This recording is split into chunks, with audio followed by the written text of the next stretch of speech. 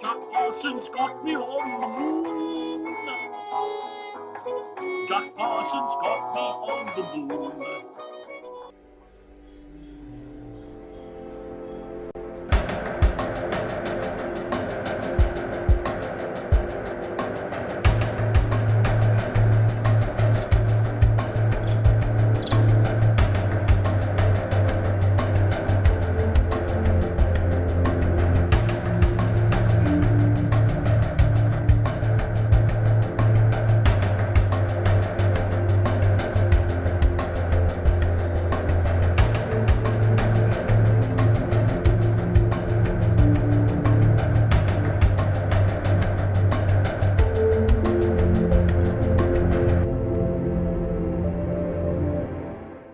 Well, good evening, everybody, and welcome to it's number 13 of Hocus Focus with me, Thomas Sheridan. And me, Sara Mondaini. And this week we have the usual plethora of information and so on, and interesting topics in the usual format. I just want to say a special thanks to Christian Morris for producing a video last week. It got fantastic feedback. So thank you for that, Christian, and thank you for everybody who contacted us saying how much they loved Christian's segment and how he did it and everything. It was a real honor to actually host that. I actually loved it. I know Sara felt the same way. Yeah, it was fabulous. When I saw it, I just thought, wow, look at that. Could have listened to another half an hour of that. So hint, Christian, we're here when you need it. We're here if you want to make some more.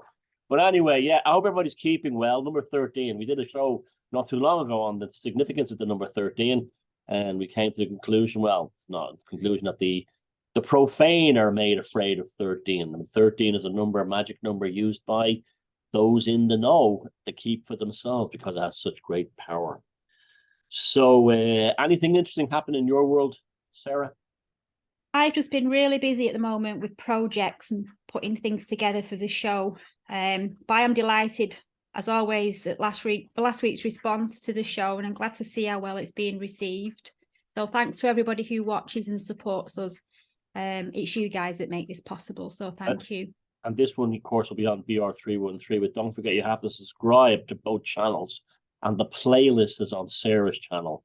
So if you want the Hocus Focus playlist, you have to go to Sara's channel for that. I'm too lazy to make them. She's good at it. I'm not.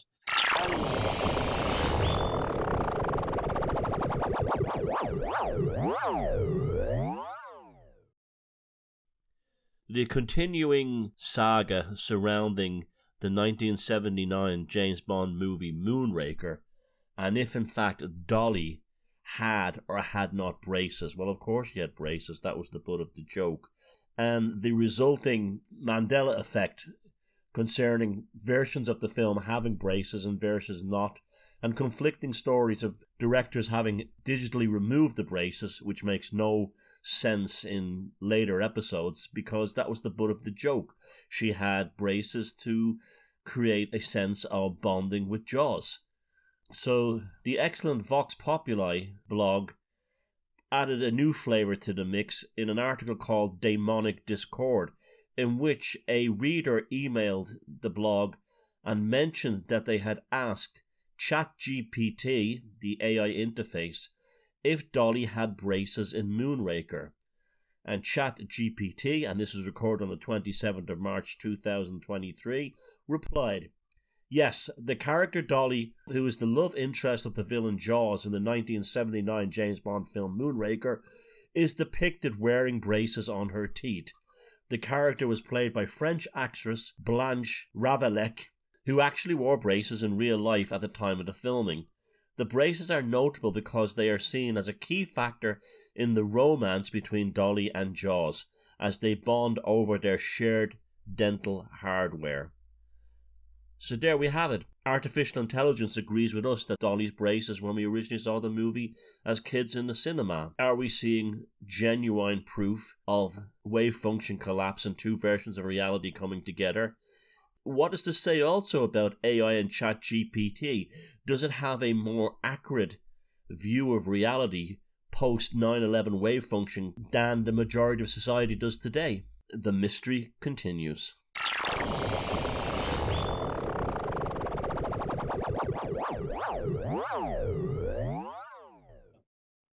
The first topic this week is going to be introduced by Sara, and it is something that's very popular with everybody, and I know you all like it and you're all into it as much as I am, and that's the topic of symbols and symbolism.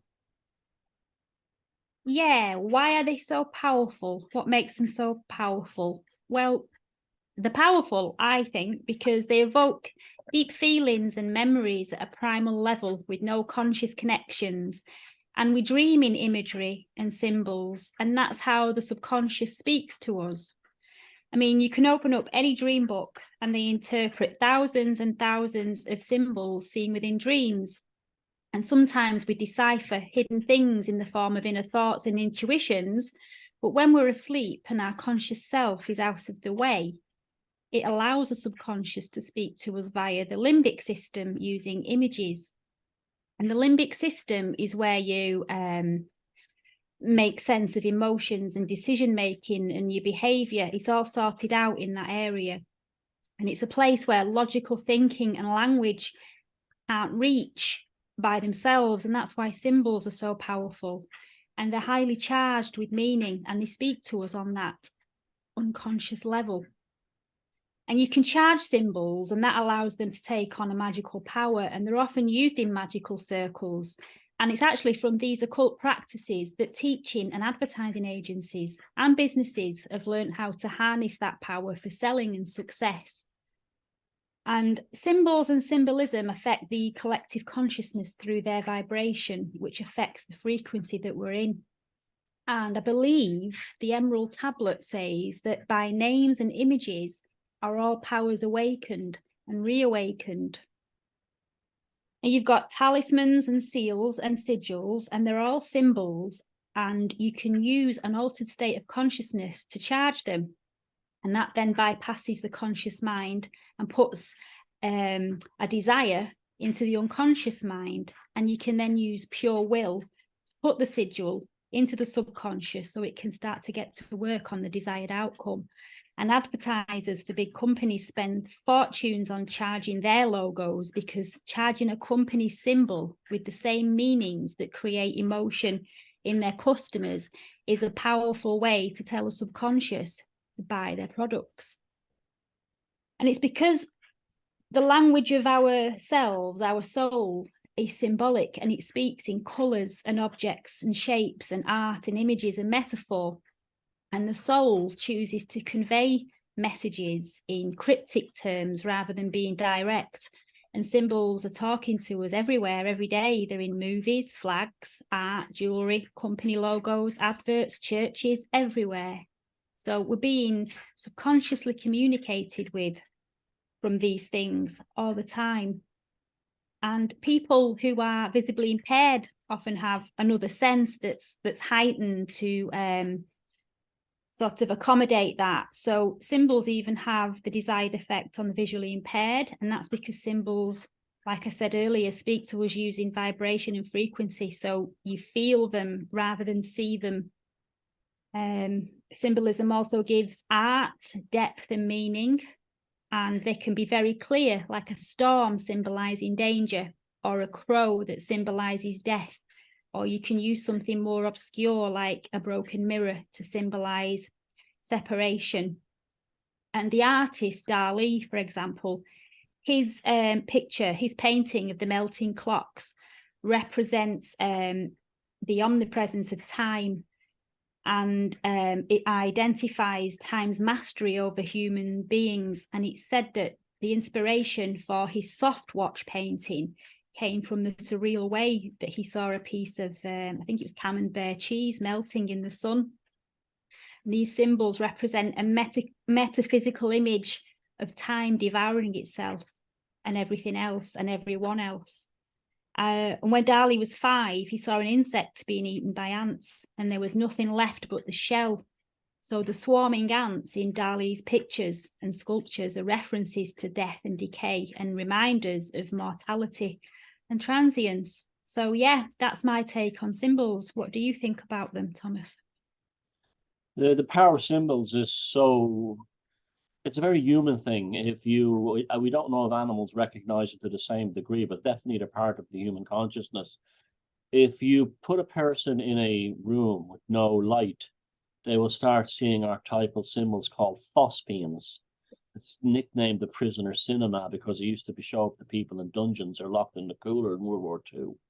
And they're generated thought forms that appear in the brain without any light associated with them. And they're things like the five-pointed star, a spiral, a series of dots, and lots of other things we see in ancient Paleolithic and Neolithic cave and rock art. Now, the symbols were developed before the humans had the ability to read, write, or speak even properly. So therefore, symbols are everything. You may have someone that may have taken a piece of red oak or a burnt ash from a cave floor and drew a shape on a wall, and that developed into the incredible rock art and Neo-Paleolithic art of the caves in south of France. Very quickly, humans took to the symbol as a communicative form, and there's a lot of evidence to show that probably for thousands of years, human beings probably communicated in symbols more than in a linguistic way. These primal archetypal phosphene shapes are used in some of the most common forms of graphic design. The five-pointed star, you see it in everything from Texaco Oil Company to the Yellow Star, Texas, on the insignia on the American aircraft and tanks in World War II, also in the Russians, the Red Star. The reason why that's used is because that shape has an effect upon human consciousness. It goes to a part of the human subconscious that's much older than the conscious mind, and therefore communicates directly. And this is why it's a really big deal within corporations and their logos. A corporate logo is a sigil. You have to remember that the McDonald's arches and so on, they're actual sigils, and they use the colors yellow and red because it's associated with making you hungry. The colors yellow and red make you salivate, and they make you hungry. And there's lots of examples of this all true graphic design and corporate logos. A very good book you can pick up, and it's a very easy one to get because there must have been millions of them produced, was Nadia Julian's The Mammoth Book of Lost Symbols. This was everywhere. It was all over the main bookshops like, Waterstones and W.H. Smith's in England. And I saw it in Barnes and Nobles in America, and also like Eason's and Ireland. So all the big chains have this, and it's not rubbish. It's a really good book. It's a really quality book into symbols and symbolism. That's very easy to get. I even see secondhand copies all the time in charity shops and things like that. So get that. Nadia Julian's The Book of Lost Symbols. It's absolutely fantastic and very useful, and it really drives home the power of symbols. Regarding the charging of the sigil, that's a very that process of the creation of the sigil by writing down the desire, removing the vowels and the repeating consonants. I know that sounds academic, and in many ways it is, because you don't necessarily have to do that, but there's an element of discipline to focus you down. A sigil has to be as simple as possible. It has to be a complete reduction. If you could bring it almost down to a line or a few squiggles, it's actually more powerful than a sigil that's full of all different designs and stuff like that. That's why corporate logos tend to strip themselves down to nothing. Once that is embedded in the brain, you always remember it. Also, parapsychology and ESP relies on symbols, those cards, in order to test people's ability to mind read. When William Butler Yeats and A.E. Russell were in the Golden Dawn here in Ireland, in Sligo actually, Russell used to write down those symbols on a beach, and Yeats on the other side of a mountain used to try and recognize them or predict them. And they remarkable accuracy, the two of them, by using certain symbols, discovered that you could actually transmit them over vast distances across the other side of a mountain without actually the person seeing them, just purely by the person creating a sigil locking into the mind of the receiver, a kind of a remote viewing way, but like done purposely. And that shows you the power of symbols. That's, try to imagine the world without symbols. It's almost impossible, without flags and banners and logos and road signs. And you see how you could literally have a conversation almost entirely in symbolism, which when you think of things like Morse code or semaphore, that's what that is. That's a conversation purely in symbols, because you're doing graphic shapes with your body using two flags. And Native American smoke signals would be very similar as well. And that shows you we could have developed as an advanced species merely by symbols. Language was actually magic. Language was beyond. Symbols and symbolism are our basic way of communicating. Language, linguistics, and writing was really a form of magic. And that's why they call it spelling and grammar. That came later. I suppose without symbols, would we be able to dream? Would we be able to understand our dreams? We wouldn't, would we? No. There's lots of things you wouldn't be able to understand. The concept of formulating ideas, they generate in children's brains through symbols rather than words in the early days. You look at things like the Fisher-Price activity sets. What they are is a collection of symbols. One symbol makes a ringing noise, another one makes a bell, another one makes a bang, and they're all related to train the child that a certain shape or symbol on the Fisher-Price thing has a consequence in terms of producing a sound or a ringing bell or something like that. That's interesting. What advice would you give to somebody who wants to make their own talisman or sigil, rather, for their name, using it as their own logo for their own website or for their own? Yeah, I mean, it's a tricky one. It depends on what your product is selling and so on. And if you see, I actually have a sigil, a seal. That's the letters in my name actually changed into it. Well, I won't tell you what it's been changed to, but it's almost like an inverted monogram. I stripped my name down to a simple form that was like nothing else. So that's basically what you do. You have to. It's really about reduction. It's a very interesting process where linguistics and writing is about voluminous building of syntax, words, grammar, and so on. Symbolism is the exact opposite. There's more power in reduction than there is in complexity. So that's the key to it, reduction. You're distillating it down into its purest graphical form. Do they have protective qualities, seals and sigils? And talismans do. Talismans, yeah. Yeah, talisman is more complicated. Now, the talisman, there's lots of books on them, how to make them. David Conway, I've got a few books here. I would have them ready, but I had no one about that.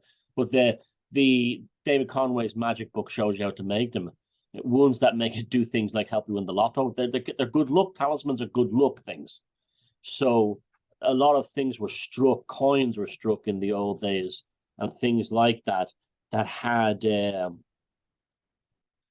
swastikas, four-leaf clovers. Before National Socialism, the swastika was a symbol of good luck in the West and a symbol of the harmonious sun in the East, and and so on other meanings as well.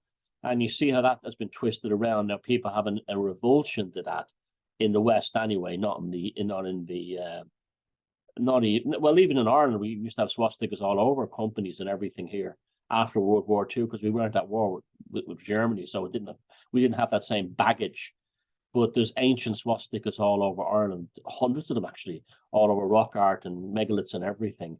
And they're very, they're associated with that period of crossover from paganism to Christianity.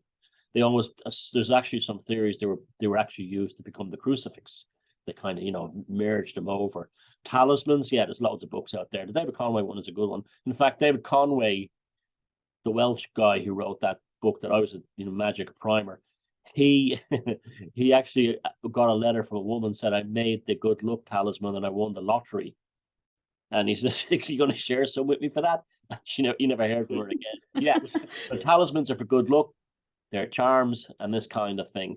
And they are, during World War One, there was in the trenches, soldiers were so desperate to survive that they hung on to anything that could be considered a talisman to protect them. Things like a bottle cap, you know, from a bottle of lemonade, or if they weren't, even if they weren't Catholic, they would have Saint Christopher or Virgin Mary, Holy Marian medals. They needed a talisman so badly to help them. And even coins. A coin can actually be a very good talisman. A coin, like I showed one recently, it was the Isle of Man shape, and I've actually made that into a pendant because it's a good look thing, and it has Celtic designs on it as well. So I've done that too as well. You can actually use coins, and a good way to charge a coin is in an intensive situation. So you can hold on to your talisman coin or whatever you've made on your hand when an airplane is taking off, and you capture all that energy, or when you're in a roller coaster or something like that, or a rock concert, and it's a really great time. You focus the power into that. So yes, that's the talisman is really, it's more about good luck and protection, rather than the sigil is more about intention, desire, and getting it. Right. The talisman's more personal then, isn't it? To what you want to be protected from, or what makes you feel safer, or what makes you feel more secure. You hold but it. Someone can make the talisman for you. So you can actually buy talismans. And that actually was a big, that people used to get people to make them talismans. And talismans would be even made of things like knots of rope. A witch would make a knot rope with so many knots in it, and this kind of thing. So it's not just a piece of metal. David Conway book, I think he talks about getting a piece of copper. So get an old piece of pipe and cut, from a water, and flatten it down and cut it into a circle, and then scribe into that your protective, protective intention or whatever. But you can, no one can make a sigil for you, but people can make a talisman for you, because it's it's like a suit of armor. It's like a spiritual suit of armor. It doesn't have to be personal to you, but it will work for you if you have it. Right. And with going back to the symbols again, they can almost put people in a hypnotic state, can't they? Like you said, with the McDonald's, making you feel hungry, and you see the Nike swoosh, and it's all of a sudden you're thinking, do I need a pair of trainers? Oh yeah, yeah. And look what the Nike symbol is. It's nothing. Yeah. You want to talk about reduction? Just a little. I think it's just a little check mark almost. It looks like, which shows you that the power of reduction. The power of reduction is what's key to that. And yeah, they are. It's hypnotism. Well, it's not really. What it's doing is it's going into your archetypal ancient core and saying, eat me, buy me, use me, that kind of thing. There was the Playboy bunny. There was a controversy about that a few years ago. They started putting on kiddies' toys. Did you see that? Do you remember that? And that was yes, they started like selling little school books and things for little girls, like their geometry sets and things like that. And they had the Playboy logo on them, which shows you that that logo had lost its power among men, because men were now watching free porn online, so they didn't have the same mystique. So Playboy were desperately looking for a new market to market their logo to, because that bunny logo no longer appealed to adult men, because they were getting their jollies somewhere else. It's very interesting, isn't it? And they were trying to recharge the brand logo. That makes me think then you can also use symbols and logos and things to communicate secretly with people. So like the secret societies have their own secret symbols and things that we think it means one thing at one level, but at the deeper level, it's a way of them talking to each other out in the open. Yeah, and they can also write in such a way that certain letters, like a particular letter or vowel on a page will generate a shape. That you find by joining they say, like the letter Z appears so many times on a page. You join it up and you might get a message that says, move now, do this now, something like that. Yeah. Hebrew is a lot like that. If you look at Hebrew, it has numbers encoded into the actual Hebrew letters. And so like Hebrew is a very powerful language that way. It's the letters of Hebrew are really as close to symbols as you can get. That's why it's used in so much occult magic and things like geometria and stuff like that. The Hebrew lettering has been definitely well thought out in terms of its energetic charge per letter. So that's this week's topic about the power of symbols and how useful they are and how powerful they are and how they can be used for different things. And they're talking to you all the time. And a lot of the time you're not aware of it and you find yourself buying a product. And very often it's because you've seen the company logo. So now you've got a bit more knowledge and awareness of what they are. You can maybe they don't have as much effect on you. Yeah, and actively become symbol literate. Own them, otherwise they'll own you. And our second topic tonight is, how many of you know what it is? It's premonitions. That's our second topic tonight. Now, premonitions, the ability to foretell the future, have visions of the future, know the future before it's happened. We'll be discussing the technicalities of that with Sara. But before we get into that part of it, let's talk about some famous premonitions, at least ones that I've always remembered. One of the first ones I remember reading about was Carl Jung's 1913 premonition when he was traveling across Europe. And he saw Europe swallowed in an ocean of blood. And of course, he was talking about World War One and the horrors of that war. And Switzerland, his homeland, was the only country that wasn't protected, that wasn't involved in the war, because it was protected by the Alps. And the Alps formed a dam that stopped the bloodshed of the whole of Europe spilling into Switzerland, which is exactly what happened. That's a very famous one. That also affected Jung very badly. He was badly traumatized by that experience. Now, talking about traumatized, I remember when I was a kid learning about the Aberfan disaster in Wales in 1967, 66, I think it was, when a slag heap behind a village, a coal mining village in Wales, collapsed one afternoon and swallowed up a whole school of children and many parts of the town, and killed 166 people or 160 people, of which nearly 150 were the children in the school. And I remember being told that the kids in the school were telling their parents that morning, I don't want to go to school today. I had a dream that the school would turn all black and be covered in darkness. And they found children's artwork and drawings beforehand that showed them drawing the school and a big black pile on top of it.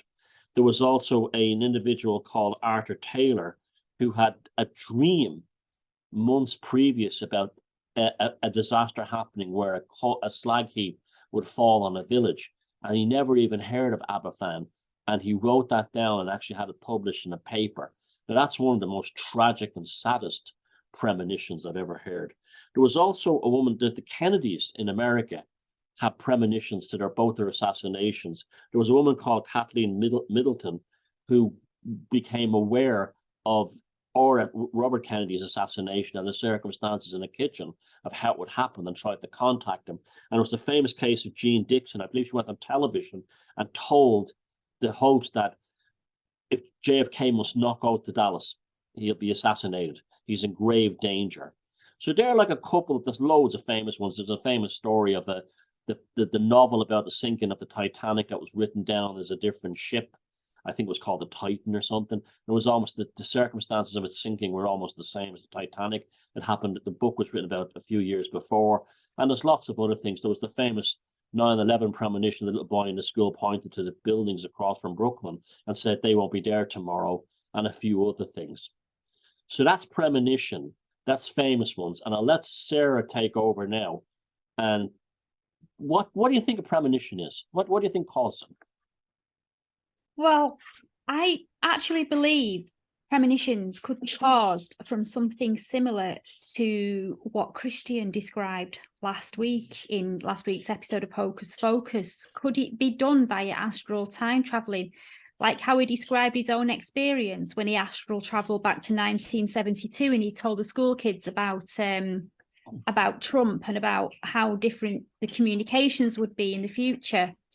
So I think it's possible we could astral travel and be told these things and not remember them, and that puts the imagery in our head. So we could then dream about them. And Dolores Cannon is another one, and she said she deciphered Nostradamus's quatrains by a similar method to what happened to Christian, but she did it through speaking to Nostradamus in his own time through hypnosis and bringing the information back to the present time. So that's one theory of it.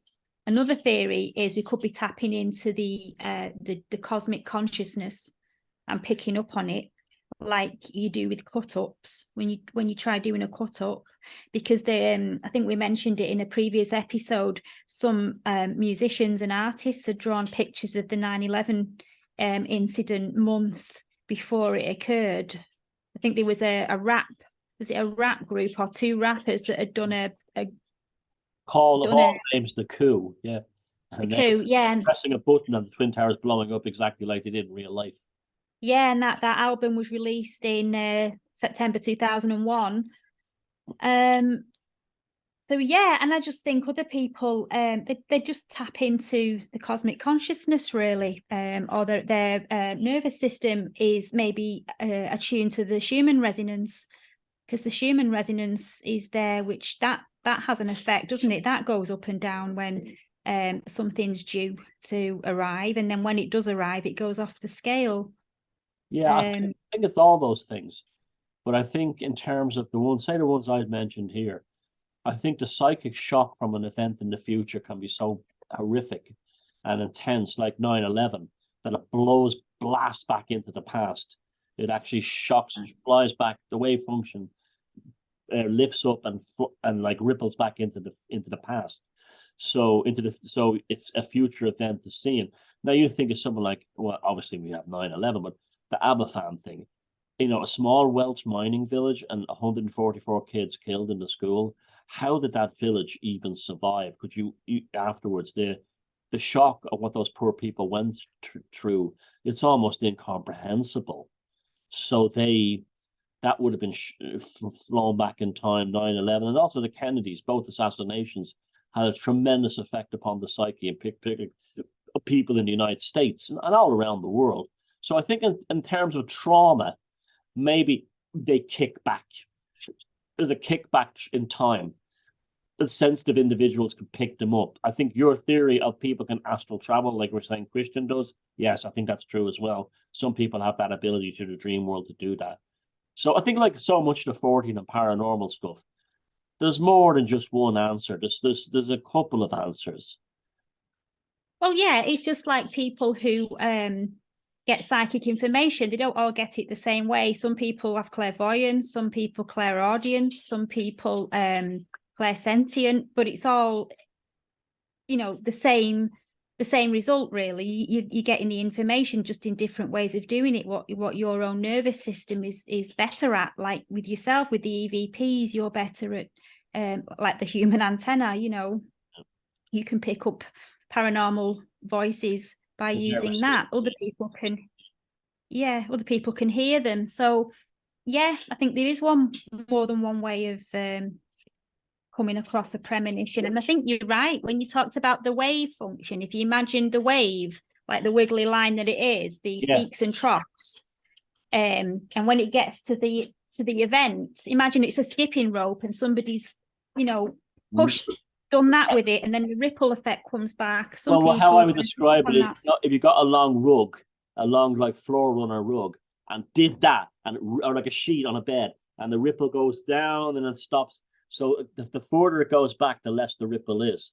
The closer to the event, more premonition happens. Yeah, that makes sense as well. That makes a lot of sense, especially now we're more aware with quantum physics. We understand that a bit better. Yeah, definitely. And just going back to Aberfan, that man, was it J.C. Barker, the man who had the dream and got his...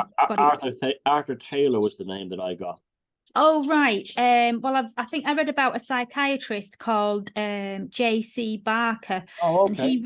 he wanted to have a look at all these dreams and premonitions that people said that they'd had prior to the event. And he wanted it to be looked into further because there'd been at least 36 premonition dreams of the disaster, which were fully documented and confirmed as being accurate, and 24 premonitions that actually happened to people while they were awake. And because of the sheer magnitude of that, the British Premonition Bureau was established and opened in 1966, followed by the New York Central Premonition Registry on the back of that that disaster happening and the amount of people that dreamt about it and had it confirmed. It caused a huge scandal too, because the Daily Mirror newspaper in England started running the Sunday Mirror newspaper in England started running a series on these premonitions, and it was supposed to run for a couple of months.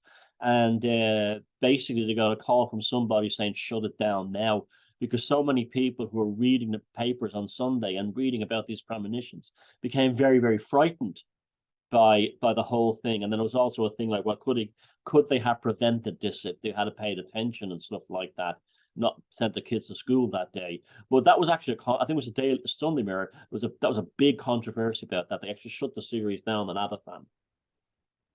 And I think the answer to that question is yes, they could have prevented it if they'd have listened to those people.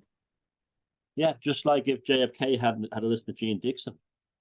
Just that I believe that they could have prevented it if they'd have listened to those people. There's no getting around that. There's no escaping that fact. They could have saved all those children. But then on the other hand, what is that interfering with destiny as well?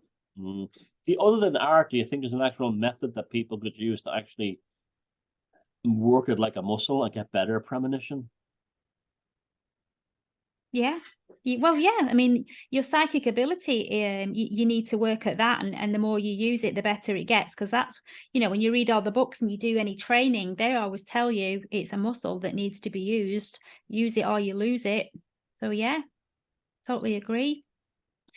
I've got just something else here. You mentioned it briefly earlier about the Titanic, about the book. It was a book called Futility, and it was written by Morgan Robertson 14 years prior to the sinking of the Titanic. And the book's plot resembles the real maritime disaster because it was a story about a luxury liner, the biggest luxury liner in the world, which was called the Titan, and it sank in the North Atlantic Ocean after colliding with an iceberg. But Robertson said he didn't possess any psychic abilities, and the novel was only based on his knowledge of shipbuilding trends and understanding the dangers of modern ships. So did he write that book? Was that a form of a cut-up? Yeah, I'm sure it was. I mean, there's a book that I can't remember which one of the Colin Wilson stories, but he talks about authors who've written similar stories. And he's like, I can't remember, but he says like it's just incredible to think that they'd actually written a story with the same plot line around the same time, yet they didn't even know each other or had not read the story. So this concentrated state of writing, like it happened to me with my book Valpurgis Night. On the introduction, I said that 1933 was the most powerful year and significant year in human history in the modern age until 2020. Now, I have no idea why I picked 2020. I could have picked 2040 or 1990. I picked 2020, and that was the year of the scandemic and the lockdown. So, I've done it. It happened to me. Yeah. And yeah, the world's never been the same since 2020, has it? Yeah. It's a very significant year. It was like it had a lot of the same kind of globalist witch magic was enacted. You think it's possible with some premonitions people jump onto a different timeline from the shock as well, and they get a glimpse of what's going on there before they come back to this timeline? Possibly that's true. I could think something like that. That'd be very similar to the trauma thing kicking back. I would describe the trauma thing as, say, a pebble, a rock thrown to a lake. and some people picking up the early ripples at the end at the side of the bank. But yeah, I'm sure like it could be something like that. I mean, they would be entangled with the event somehow. At some level, they're entangled with the event. And like there's a band called one of the Arc album covers was a band called Dream Theater, and I think it was called Live in New York. And it showed like the band, their live album recorded in New York. And I believe it was supposed to be released on September 11th, something like that. Don't take me on it. But on the album, there's a picture of the Twin Towers going up in flames as like a logo thing. So, I mean, there's loads of stuff like that, tons of it. And I do think trauma is the one that definitely does it. The kickback from trauma. But I do think that people have a passive ability to do it. Well, didn't, like what Christian Morris described it last week, that you can probably do it through dreams or just insight. You're having the shower one morning and you have an insight about something that's going to happen and it happens a few days later. It may not be a huge traumatic thing, but it's still powerful that you pick that up. I think premonitions for me is one of the more anxiety-inducing areas of it all, because a premonition, it's the foreboding of something not very nice, isn't it? We don't have a premonition about something good. We have a premonition about something bad. So it can be quite worrying as well, especially if you have it and you don't understand it, or you don't know what it means, or you misunderstand it. If you look at like things like Greek mythology, premonition plays a huge part in it. And it's almost like how the protagonist reacts to the premonition determines the outcome. So it's almost like the gods are testing you at the premonition to say, is this going to happen? Or is this a ruse? That kind of thing. Have you ever had a premonition or a feeling like that? Yeah. In 1986, I think I was walking down 7th Avenue in Manhattan, and I was turning the corner onto 42nd Street. And about to turn the corner, a guy that I knew back at home called Gar Houlihan popped into my head, and I turned around the corner and there he was looking at me. And he went, Jesus, what are you doing here? And he was over in New York on business. And so, yeah, that I had premonition him before I turned the corner. And saw right. Yeah. Right. I've had on the night of the Baccalan shooting, I was at home, and I remember I'd watched something on TV and it had gone off, and I was just lay on the sofa, and it was just the lamp on, it was dark, and I was lay with the dog, and all of a sudden I sat bolt upright, and Alessandro said, "What's the matter?" And I said, "I don't know, something's wrong. And not long after that, we got a phone call. Our friend had been at the concert at the Baccalan and she'd been shot. Oh my God. Yeah, she's okay. She's fine, thank God. But yeah. Wow. And I just said there's something wrong. But the strangest thing is that lady, she was more a friend of Alessandro's. I mean, I knew her, but she's tattooed me. So I've literally got her artwork on my arm. Wow. On both arms. So I wondered maybe is it because I'm kind of connected to her in some way because I've got her artwork on my arm? Well, the Bataclan thing, back then I was running a VON dream experiment thing on the show, and I was asking people to send in any kind of dream they had that was weird or stood out, and they all predicted the Tianjin explosion, I think it was called, in China, where a chemical plant just there's a China explosion, and they predicted that carefully. And then a week later, they said a cultural center in Paris, and it was the Bataclan that happened that week. And that's why I shut down the dream experiment, because I was kind of nervous. Are we predicting it or are we creating it? So, but yeah, so there you go. The Bataclan was just a horrific thing. Yeah. It blasted back in time. So there you go, premonitions. That was a good one there, Sarah. You kind of, the last one about the Bataclan's kind of stuck with me now, not in a very pleasant way, but that's the nature of the beast, isn't it, really? So if you've had any premonitions? have any theories about them, light up the comments down below. And yeah, do people have premonitions of winning the lotto? It always seems to be bad things.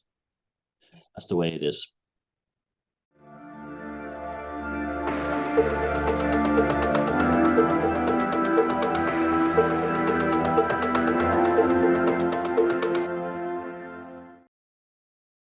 Hello, and welcome to a short report for Hocus Focus.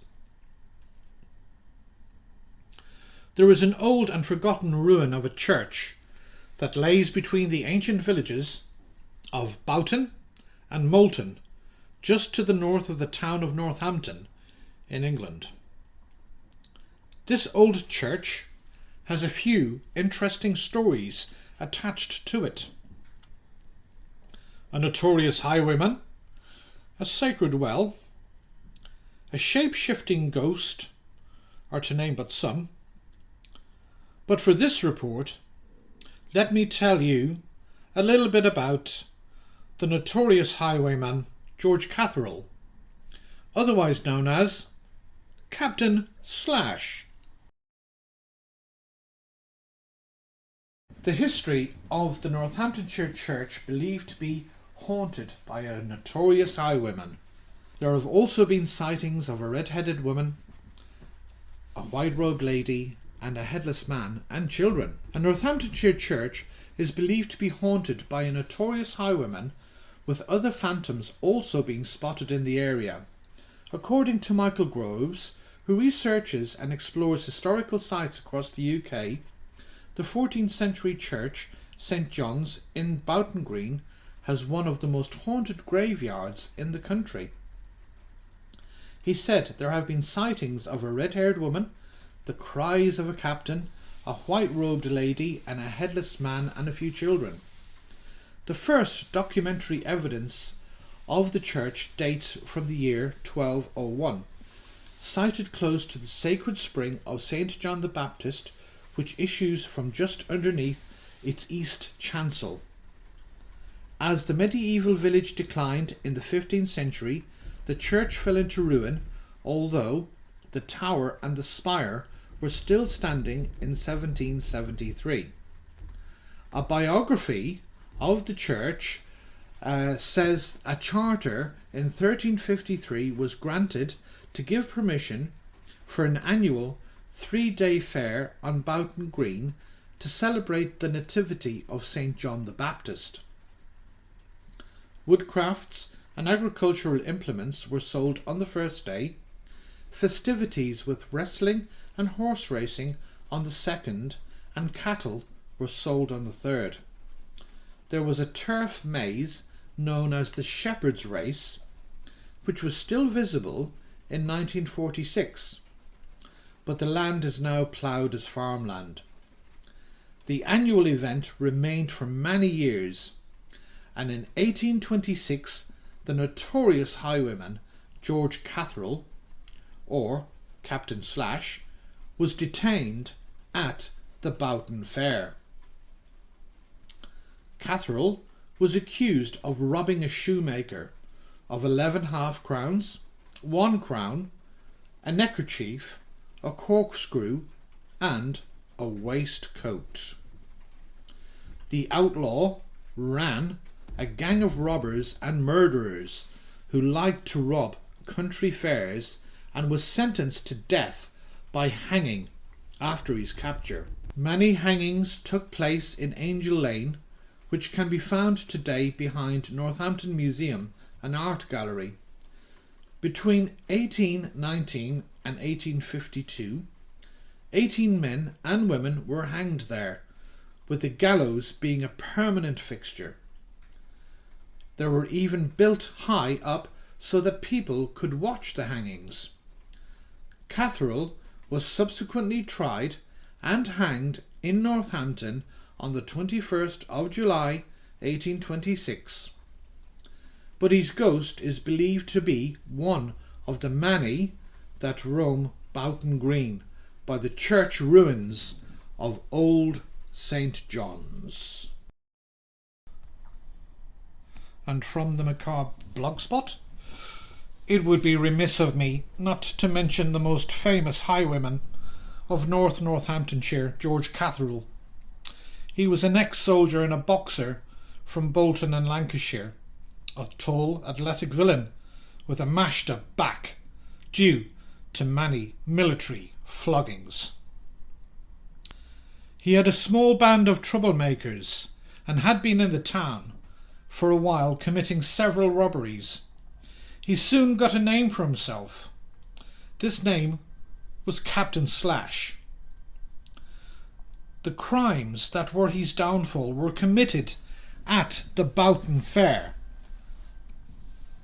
As it was closing, Catherall and a gang member called Hugh Robinson robbed a James Henley of 11 half-crowns and 1 crown.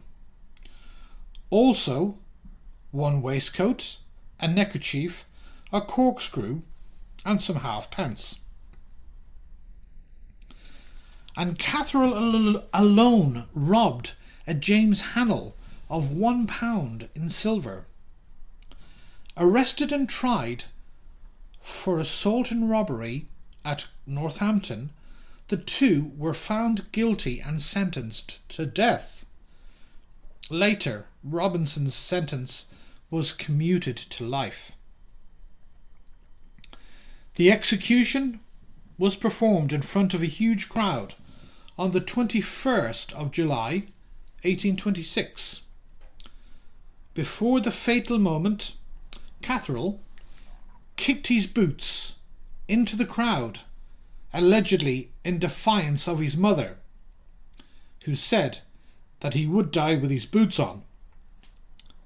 He convulsed for about 2 minutes before life was deemed extinct.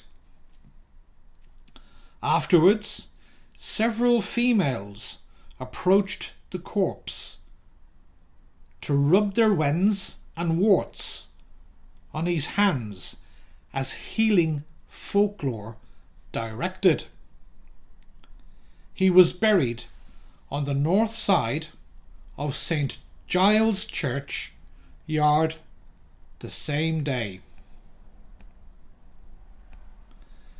In more modern times, the supernatural aspect of long-dead felons has become ingrained in folkloric narrative. Captain Slash is no exception. His ghost is said to haunt St. John's ruins.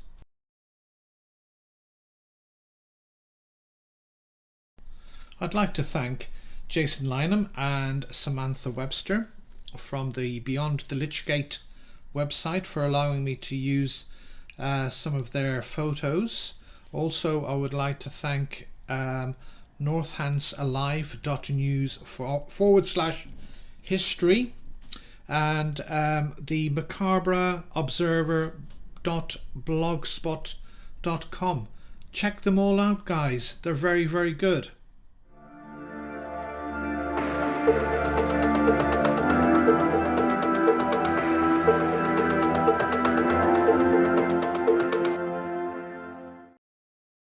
And now it's time for folk horror cinema.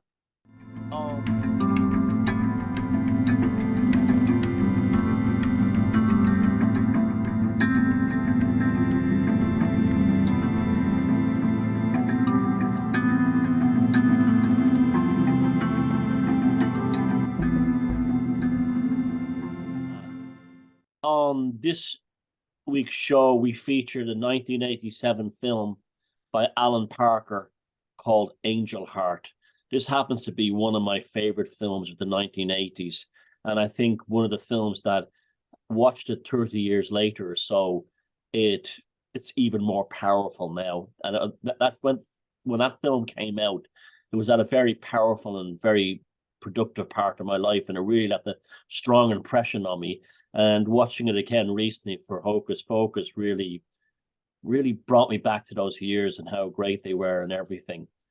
Anyway, the film Angel Heart is based on a 1970s novel called Fallen Angel. Alan Parker completely rewrote the script to make it more cinematic in focus.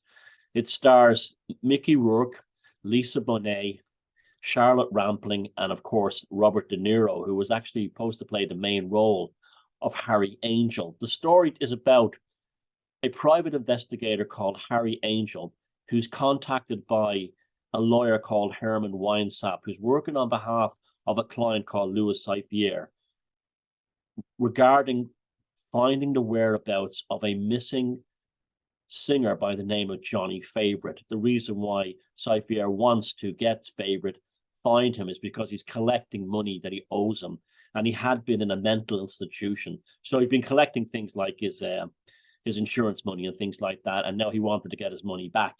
And he hires Mickey Rourke, who plays Harold Angel, to go find this individual.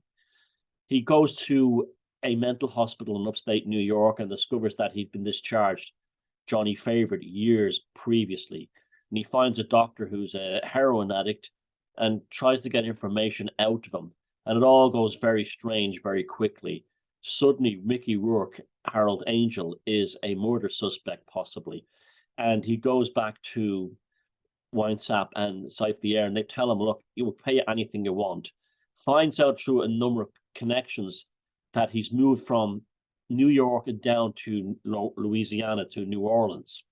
And he follows it down there and discovers himself in a world of black magic, looking for a character called, wait for it, Edward Kelly. And in amongst all this other stuff, he becomes involved with Lisa Bonet, who's a voodoo priestess in the bayous. And it develops a relationship with her, while this mysterious Johnny Favorite character seems to vanish further into the miasma, the more people he meets and the more dead bodies that turn up around him. While at the same time, Harold Angel, Mickey Rourke, is having flashbacks and can't fully explain them. The film has a fantastic ending. I don't know how Mickey Rourke didn't get the Oscar for this. I think it's his best performance. He plays it with that classic sense of vulnerability that Mickey Rourke had back then. As something almost like you feel sorry for him in a way. And he showed that in films like Diner. Alan Parker's made a very strange range of films, Angel Heart, this one, but he also made The Commitments, Bugsy Malone, and a few others that heavily feature music. And there's a heavy feature of music in this. Loads of symbolism regarding a ceiling fan that shows up all through the film. And I can't say enough about it. Yes, it's got violent scenes. Yes, it's got a particularly intense sex scene involving Lisa Bonet. It's some of the language you're hearing it now in the 2020s sounds very kind of like raw compared to what we're used to in movies today. But I can't praise Angel Heart enough. It's actually one of the best films I think ever made. Did you like it, Sarah? I did. I loved it. And it's the first time I've seen the film. And I thought Mickey Rourke played a great part. He was disheveled. He was down on his uppers, but he still managed to look cool. And one scene that stood out for me the most was early on in the film when Louis Saiffier was in the restaurant and Angel was saying that he wanted out of the job to find Johnny Favorite because he thought it was too dangerous. And then Louis takes this boiled egg and says, do you know that in many spiritual practices and religions, the egg is the symbol of the soul? And then he offers him an egg.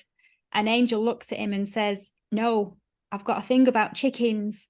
And then the camera zooms in on Louis as he puts some salt on this egg and he takes a bite off the top while staring so intensely at Angel, as if to say, I'm going to devour your soul for breakfast. And when De Niro did that with the egg, from him cracking the shell to rolling it around on the plate and eating it, it just symbolized exactly what Johnny Favorite had done and what Johnny Favorite was about to get. And I also like the twist in the film, where Favorite had transferred his soul into the body of some random World War II GI called Harry Angel. And then due to the atrocities of the war, he'd suffered amnesia and forgotten who he was. And there was another scene I liked where Angel and Saiffier were in the church and Angel was swearing and cursing. And Saiffier says, hey, have some respect, you're in a church. Are you an atheist? And Angel says, that's why Robert De Niro wanted the role of Safier, because it was more. Alan Parker wanted him to play Angel, but he said no. He said something like, the role of Safier is much more fun," and it was. You could see he had fun playing it. He was great, and Angel said, "Yes, I'm an atheist. I'm from Brooklyn," and it was just like Safier was there on. I mean, we know who Safier is. We can go into that, can't we, Thomas? Well, we've already given the pot spoiler away anyway with what happens to Harold at the end. So But they should have watched it anyway, shouldn't they? Yeah, they should have. Yeah, when I was in the cinema, I burst out laughing when he first said his name, and I said, Lucifer. And then before he revealed it at the end, I could hear people all around me in the cinema all giggling and going, "It's Lucifer." Yeah, but it was great, and the way they put like real characters like Edward Kelly and names inside it, but what happens at the end is like, it's the fantastic. ending. Yeah, I won't mention the ending because I don't know. Just for those who may not have seen it, but it was intense. Let's just say that the sex scene in it earlier that was very intense takes a whole new level when you discover what's going on at the end.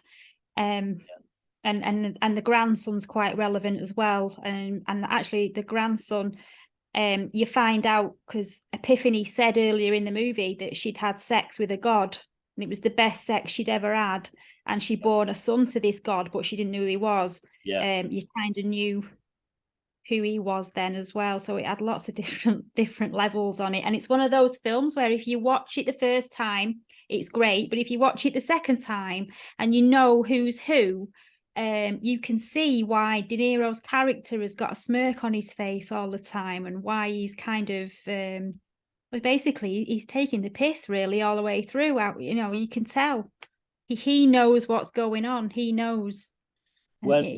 When the film was made, Lisa Bonet was basically America's sweetheart.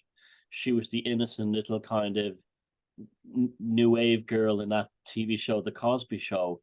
And suddenly she's in this, it basically wrecked her career in that show because she plays this kind of violent, horrific sex scene where blood coming down from the ceiling and everything. And it's very, very graphic. And there's other part of graphic earlier on where she slits the chicken's throat during the voodoo ritual.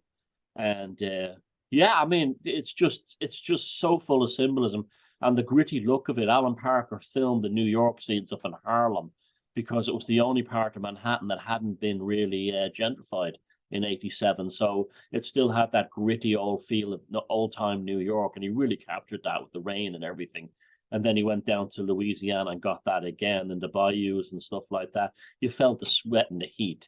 You could feel the heat, the cold and the damp of New York juxtaposed with the humidity and the boiling heat of New Orleans. I just can't say enough good things about Angel Heart, and I can't say enough good things about Mickey Rourke's performance in it. It's a tour de force. I mean, that was the second film I'd seen him in, and what I'd seen him in before that was Diner, where he played a kind of a similar kind of sad person, but then you find out that he's actually in Angel Heart that Harold is a bastard. He slit a young boy in half. This kind of thing, So 10 out of 10 as far as I'm concerned.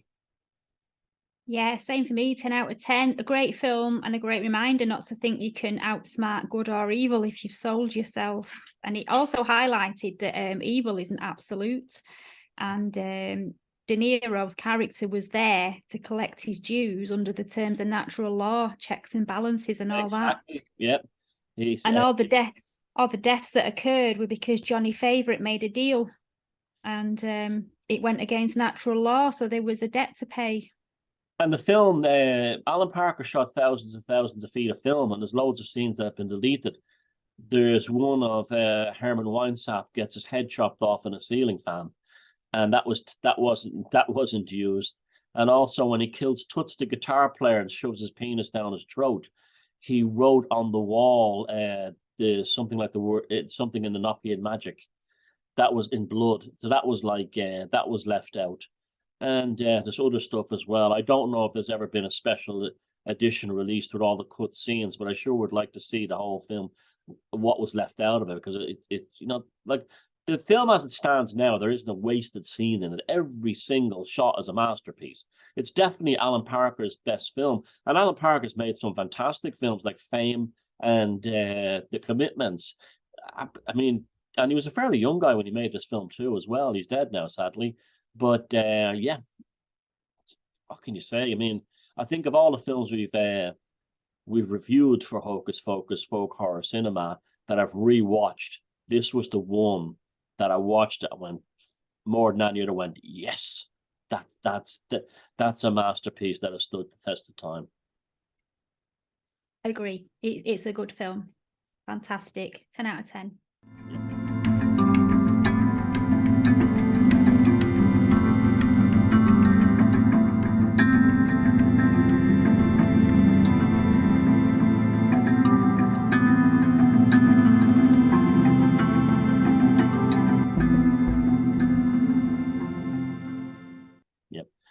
And I hope you all enjoyed that as well.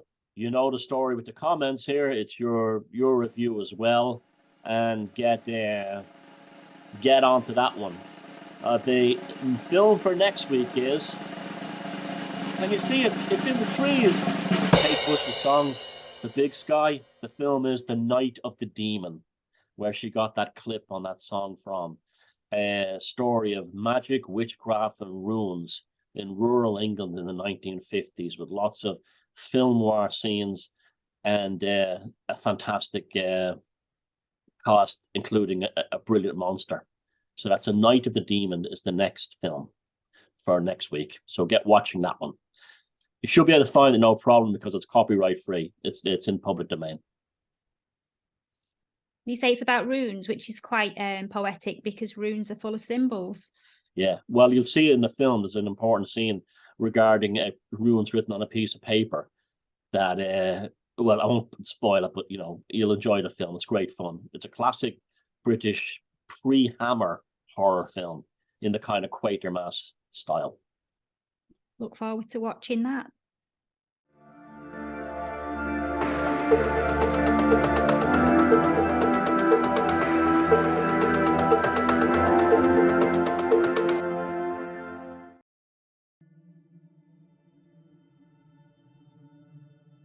In 1971, a Massachusetts state police officer named Sergeant Downey was driving home when he observed a giant bird-like creature near the edge of a swamp long associated with strange and mysterious events. As he got closer, he realized that the creature stood over 6 feet tall, and then it began to move towards the police car. Before Sergeant Downey could react, the creature flew straight up and away from the scene. The police officer estimated it had a wingspan of about 10 feet in length. Soon other officers arrived on the scene, and large 3-toed footprints were found all around the edge of the swamp. In the southern part of New England lies an area of paranormal activity known as the Bridgewater Triangle, consisting of an area of almost 200 square miles, and the entire location is contained within the southeastern part of the state of Massachusetts. The region gained its name from boundaries set by cryptozoologist Loren Coleman back in the 1970s while investigating the seemingly endless number of paranormal events taking place in that part of the state. Coleman identified Rehoboth in the southwest, Abington in the north, and Freetown in the southeast as the 3 points of the triangle which contained all the reported and constant paranormal activity. Although the region is mainly composed of dense woodlands, there is one natural feature called Hockomock Swamp. The name translates as the place where spirits dwell, from the name given to it by the local Native American tribe. And for the first English settlers who arrived in the region, they called it the Devil's Swamp. According to one tale, Native Americans had cursed the swamp centuries ago because of a conflict with the colonial settlers.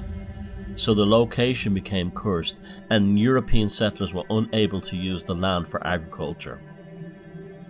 Thousands of other people over the years have reported seeing unexplained hovering balls of light known as spook lights, which seem to have a purpose and an intelligence to how they move across the swamp. Accompanying these spook lights, some people have reported the banging sounds of drums known as phantom drums. The sheer number of paranormal events having been recorded here for centuries is simply staggering. This includes sightings of winged Mothman-like creatures and human-shaped apparitions. An even more sinister location within the Bridgewater Triangle is the large woodland which makes up the Freetown and Fall River State Forest. Since the 1960s, the woods have been known as a magnet for cults and cult-like activities, with a persistent belief in the continual presence of human sacrifice cults, including ritual murders committed by self-proclaimed devil worshippers. Along with this dark reputation, the Freetown and Fall River State Forest is also known for numerous paranormal and Fortean activities, ranging again from thunderbirds, Bigfoot-like entities, and long-reported encounters with giant snakes.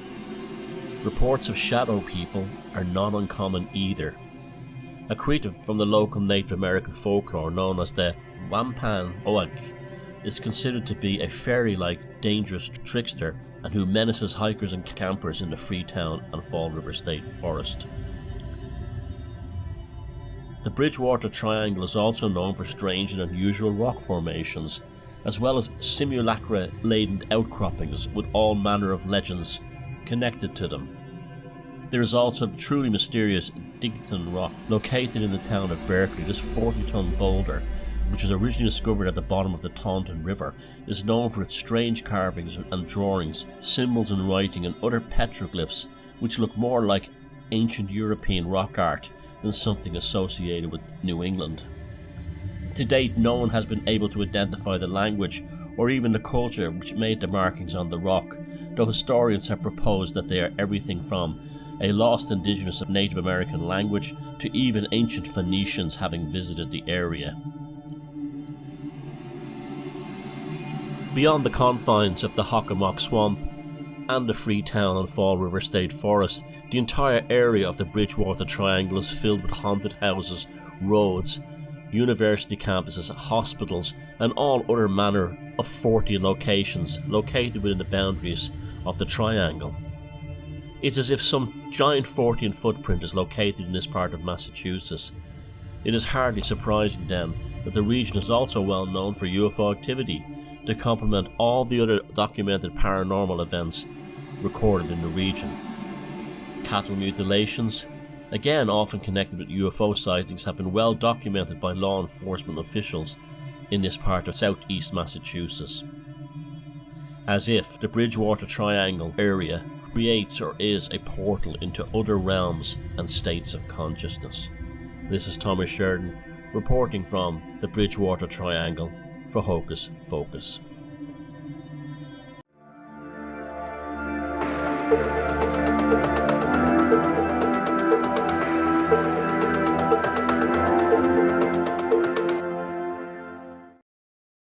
And our third and final topic tonight is one I've become more and more interested in recent times, and that's the concept of haunted battlefields or battlefield ghosts. Now, you would say to yourself, I'm not surprised that there's haunted battlefields out there. I'm not surprised these experiences are recorded and seen, felt, and so on. The thing is that why isn't it more often felt? You think about it. You know, you look in parts of Europe, like these islands here, there's been battles fought in literally every part of it. And yet you don't feel the ghosts or hauntings of those battles. It seems to be only certain battlefields that have this. And I'd like to give a theory at the beginning of this, and I think it has to do with the preservation of the battlefield. A classic example of probably the most haunted battlefield on earth is Gettysburg from the American Civil War. That battlefield site, because it was the ultimate battle of the US Civil War, the South had invaded the North to try and finish them off in one final blow. They failed and the North won, but the battlefield site itself was protected and preserved. So it looks and is pretty much exactly the way it was back in the 1860s when the Battle of Gettysburg took place. And there are some incredible videos and footage and reports of, like, the battlefield guides will tell you that, yeah, the ghosts are just a part of it. You just have, it's just accepted. But I remember about 20 odd years ago watching 30 years ago, watching a TV show called Sightings. It was on Channel 5, I think, in New York, and it was at the golden age of 40, and which Sara recently reminded me of, when you have the X-Files and Unsolved Mysteries, and the BBC and other channels have their own 40 shows back then, late 80s, early 90s. And this show, a woman sent in a tape who lived on the outskirts of Gettysburg, and it showed these spectral figures walking through the woods. It was one of the most plausible and, quite frankly, disturbing things I'd ever seen. Also, her reaction, she says, "There's lights in the woods. What's that?" And the husband goes, "What do you mean?" You see, "Oh yeah, there's lights." And this is on cheap VHS camera. It's not like high-tech CGI. And that was the beginning of my taking an interest in Gettysburg. And I think Battlefield Ghost, there's Culloden is one in Scotland that has a lot of hauntings connected to it. But there's not many. When you think of World War II and all the battles, like, there's not many haunted areas that you hear about. But some of them, like Gettysburg, are really amplified in terms of their psychic, haunting, ghostly image. And I would say it's because the battlefield remains intact. You're walking in the same landscape that those young men died in. And I think it's almost like when a battle happens on a landscape, it's a specific canvas, and it's connected to the natural world around it, where the trees are, where the rivers are, where the streams are. And all those things have to be intact for the actual psychic trauma or resonance or recording or stone tape, whatever you want to call it, to play back. It's a fascinating topic, but there's something about Gettysburg. That's the one that really gets me. There's relatively few ghost experiences around the Somme and Flanders fields. So going back to what you were saying there, if the psychic recording of something horrific that's happened in the area, and it's an area where there's been too much disruption to the ground, where these recordings are in the atmosphere, maybe they've been erased over time due to interference. So maybe the grounds that, say, for example, the Somme has been naturally consecrated through the veneration of those fallen soldiers over the years, and they've been able to move on, and all the psychic trauma or imprint has broken down through the veneration of the heroes, sort of like a blessing on the land, because the area of the Somme and Flanders fields is not intact. Yeah, there's also, that's a very interesting you brought up the word sanctity, because you get that very much about the American Civil War. It was basically a young nation went into a serious war against itself, and the numbers that died in the U.S. Civil War are colossal. They're like bigger than World War I or World War II, and yet it happened on their own soil, and it literally was brother against brother, and that's this kind of thing. And it left a deep psychic, emotional scar. Even to this day, it still goes on. You see them tearing down Confederate soldier statues and things, which I think is absolutely disgraceful. But and things like that, and they tie. If you see the films made about it, like Glory with Denzel Washington, they're almost spiritual movies. They're very difficult to watch. Almost, they're so deep. That's a very good war film. It's that has that effect on you. It's so sad with Matthew Broderick and Denzel Washington, and there is a reverence around the American Civil War with the reenactments. And there was a TV documentary series by Ken Burns in the 1980s called The Civil War that treated the Civil War in almost like a religious way, like a spiritual description. And I think that has a big part to do with why the likes of Gettysburg became so haunted. Sorry, I just wanted to, with Gettysburg and on the other battles, I just wanted to go back to the actual point of the war, the time of the war, when they were there fighting, as well as the battlefield ghosts and the ghosts on the battlefields after the war. During the wars, there's been lots of reports and stories where there's been the ghostly appearance of a loved one that's appeared to save a soldier's life, and they're stories of soldiers who've been saved by the mothers or the brothers, for example, but in some cases the mother's still been living but has appeared as an apparition in front of them on the battlefield and saved the life. For example, in the Second World War in Canada, there was a Canadian soldier who was in the Second World War, and he saw his mother standing about 20 yards from him. So the soldier actually crawled out of the trench to go and see what she was doing there. And as he did that, a German shell landed in the spot where he'd just left, and he would have been killed if he hadn't have seen her. So he wrote home to thank her. She was, and they couldn't understand how he'd seen her, but he'd seen her. Like she became his guardian angel or something. But she was still alive. Yeah, speaking of angels, it's not a haunted story, but it's still an interesting war one. You ever heard of the Angel of Mons? It was a giant angel that appeared over the World War I battlefield, seen by the French, the Germans, and the British. And that's a weird one as well. Yeah, so there's lots of faulty and unexplainable stories that were happening during the war while they were actually on the battlefields fighting. There's a soldier that actually saw the ghost of his dead brother, and the brother led him through some ruins and was beckoning him to follow him, and the soldier followed him, and eventually the brother disappeared. So he decided that he wasn't going to make his way back to where he'd come from. He'd just sleep in the new location, and he actually thought he was hallucinating, seeing his brother, but due to lack of sleep. Anyway, the next morning, the place that he'd moved from had been bombed, and everybody that was asleep in those trenches, they were all killed. Wow. So there's lots of stories like that, and stories of army ghost nurses, and from World War One. I mean, even a World War One nurse turned up at the 9/11 site. Yeah, you were saying that.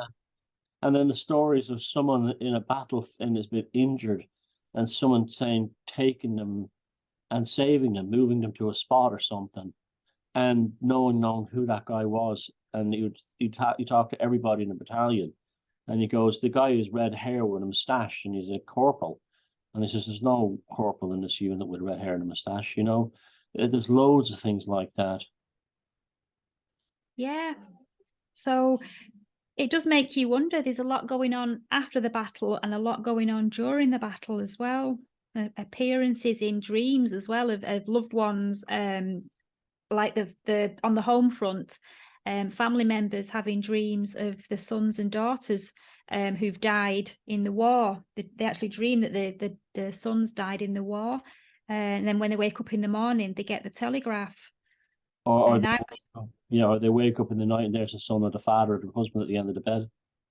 Yeah, and I was thinking, could it be a telepathic message from the newly deceased to notify the relatives what's happened, in a kind of attempt to soften the blow before the telegram arrives? Yeah.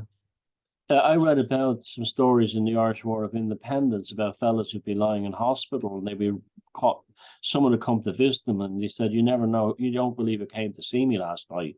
And you say, well, Sean Tracy was here with me. And you go, Sean Tracy was killed 2 days ago in a battle. And there was loads of stories like that. They're them visiting their dead comrades, coming to see them in the hospital and things like that. Yeah.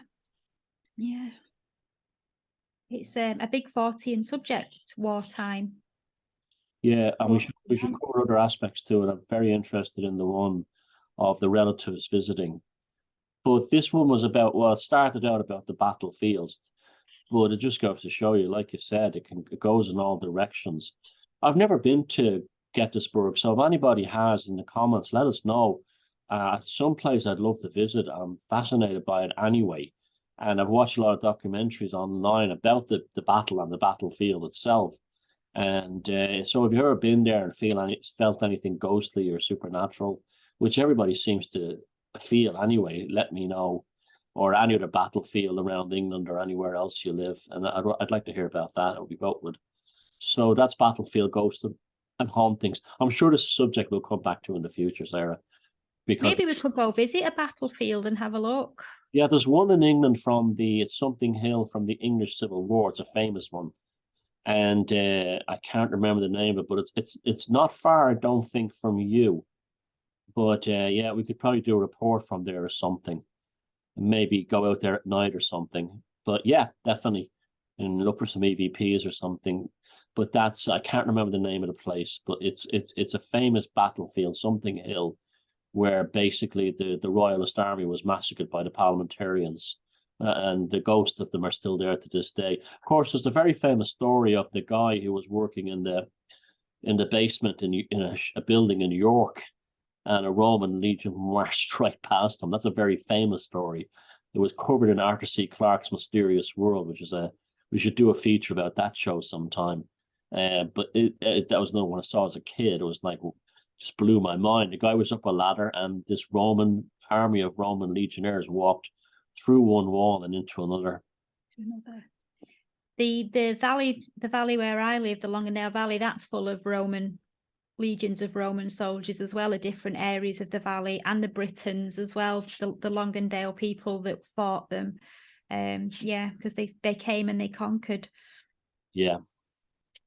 It just goes to show it never ends because of history, because of the vastness and complexity of history. So that's it, folks. Battlefield ghosts. Tell us your experience if you had any. Especially I'd like to hear from service people, actually, that if you've ever been in like the Gulf War or anything, or experienced anything peculiar.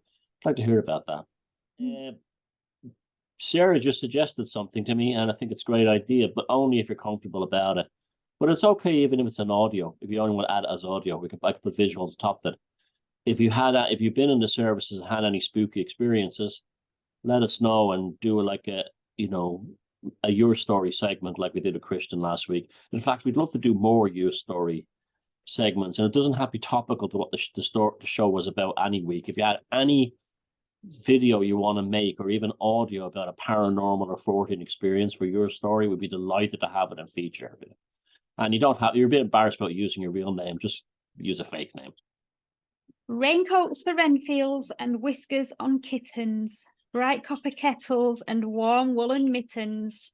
Time now to have a look at the latest psychic meteorological conditions with our very own prognosticator of the atmospheric conditions. It's time for Thomas with the psychic weather.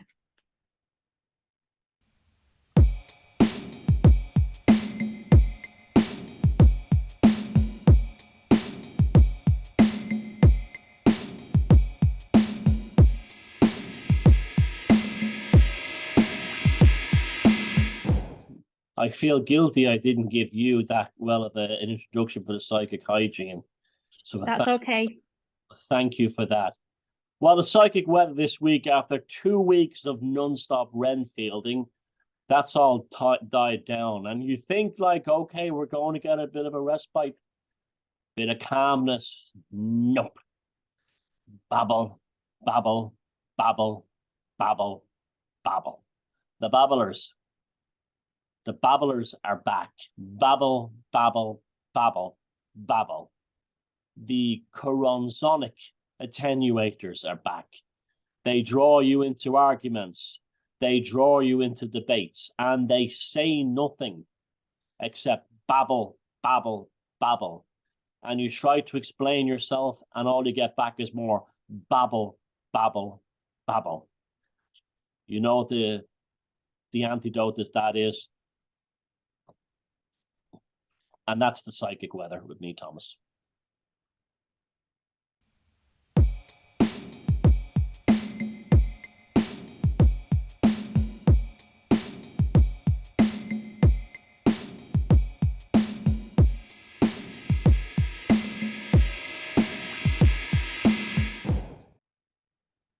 Yep.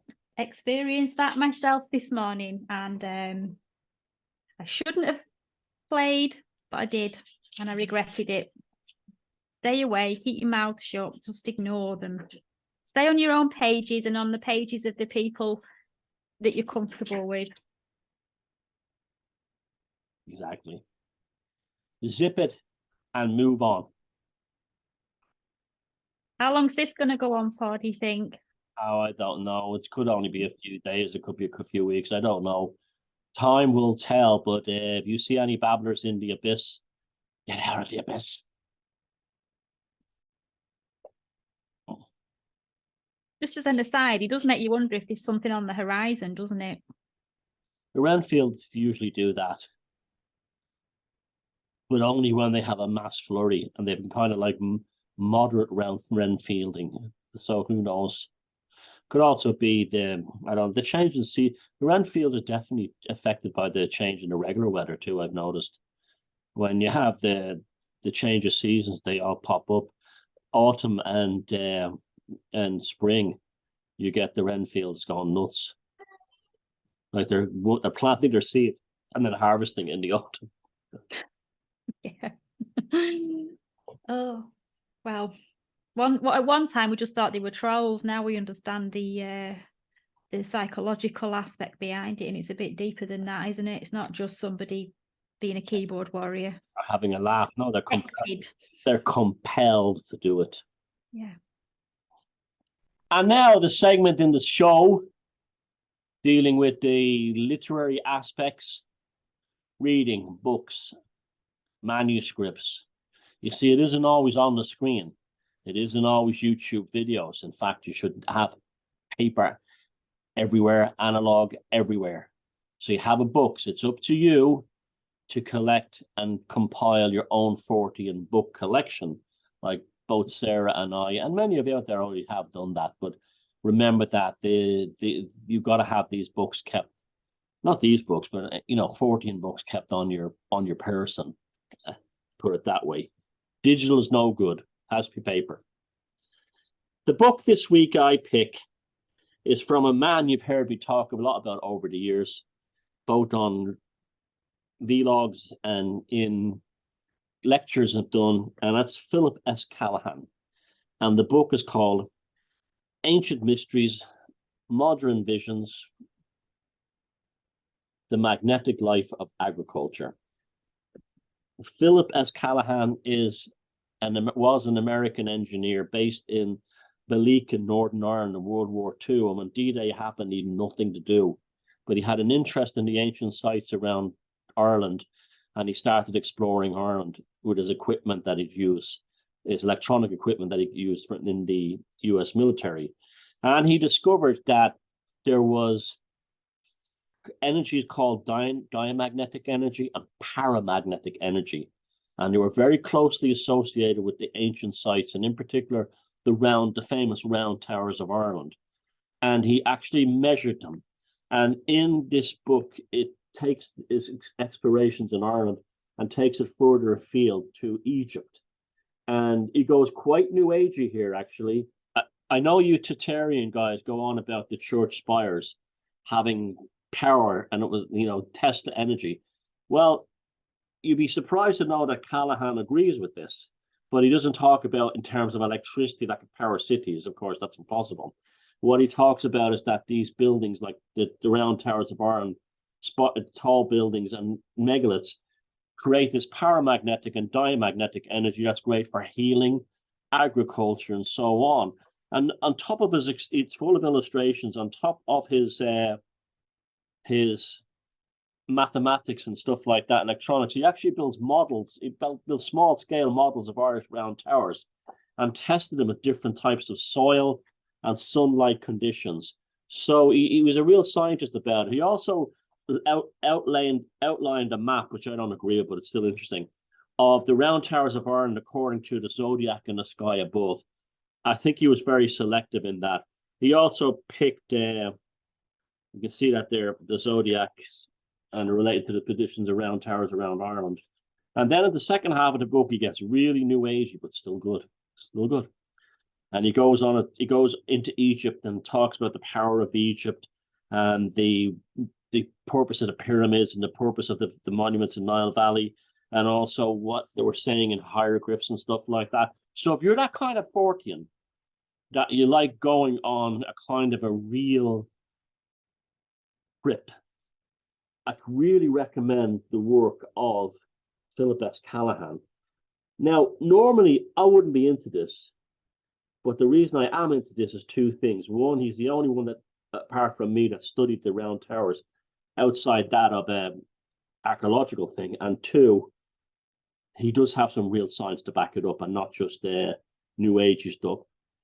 Ancient Mysteries, Modern Visions, The Magnetic Life of Agriculture, Philip S. Callahan.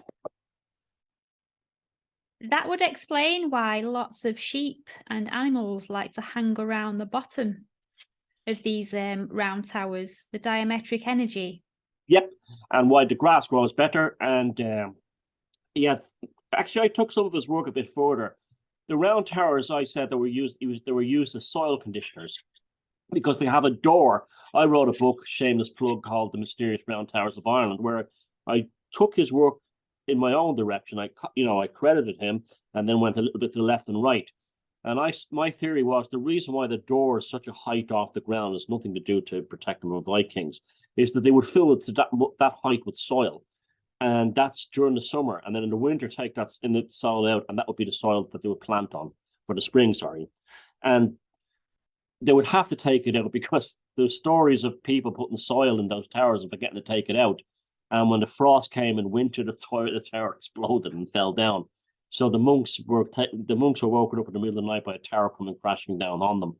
But yeah, so that's that, and also he's lots of his scientific experiments in here. Really good index, really useful stuff. You know, he actually gives the data and the numbers as well. So it's the kind of new age stuff I like. Like, yes, it goes into the sort of like parapsychological, metaphysical, magical world, but it doesn't run away with itself. You know, he's not saying like that the round towers or the spires were creating megawatts of electricity that were given away for free, you know, so the Illuminati couldn't put a meter on it. No, he just says it produces a type of energy that's in low voltage and low ampage that's ideal for conditioning soils and helping agriculture.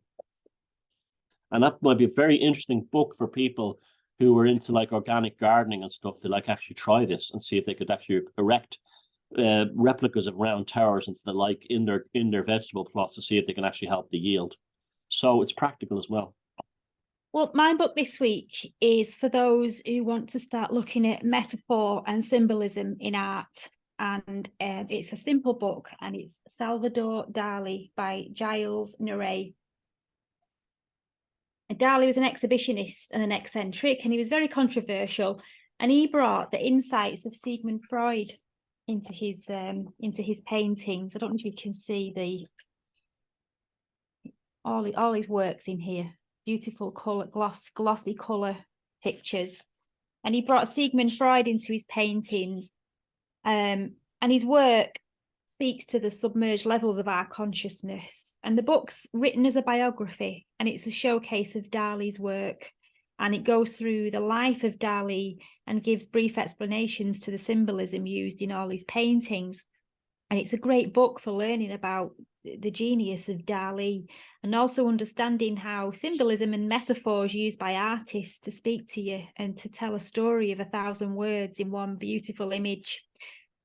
And it's a great book just for appreciating the illustrations and putting your own interpretation on the artwork to see what it's saying to your subconscious, because it might be something completely different to what it was saying to Dali's subconscious. That's my book for the week. It's great to read cover to cover. It's a great one for the coffee table, and it's a great one to take to the toilet with you as well. I'm going to get that one because I've never heard of it, firstly, and secondly, I'm fascinated by Dali's obsession with quantum theory and quantum physics. And towards the end of his life, that's why he has like all those melting clocks and everything. He was reading about relativity and other theories like this. And also, towards the end of his life, he would have a conference at his house in Catalan where they would have all the top particle physicists, quantum theorists in the room giving a lecture or giving a debate. And he would be in his bed watching it as an old man on CCTV because he wasn't well enough to take part in it. There's some paintings that I find quite powerful by, and about crucifixion scenes. One is Corpus Hypercubus, which is a picture of Jesus Christ crucified on a hypercube. There it is. It's a fantastic painting. And the other one is the Crucifixion of St. John of the Cross, which is the one that's in the National Gallery of Scotland in Glasgow. It's based on a miracle painting from the perspective discovery time, so before Brunelleschi, before the Renaissance. And there's a painting that shows the perspective of Jesus as he would have been seen by God on the cross. And this was at a time when there was no perspective in European art or any art. And some monk had actually discovered perspective for this St. John of the Cross. And he had done his own version, which he hired a Hollywood stuntman and suspended him from a ceiling. And the painting shows the crucifixion from above with the feet pointing towards the coastline of Catalonia where he lived. Yeah, I mean, Dali was just something else. I mean, he was out there. You know, he used to ask animals to collaborate with him, like aardvarks and things, land eaters and things like that. And he used to rent out the top floor of, I think it was not the Chelsea Hotel, the one across from Penn Station, and like have all Hollywood stars in there and all scientists and everything. He was an amazing character, really. A true one-off. There was nobody like him, I don't think. And he's a classic example of somebody who was painting alternative realities and finding ways for us three-dimensional beings to look into the fourth and other dimensions. I think Corpus Hypercubus is a classic example of that, and there's many others. Great suggestion. I'm definitely getting that. Yeah, it's Giles Naray. Yep. Nice to get a bit of culture around here too as well.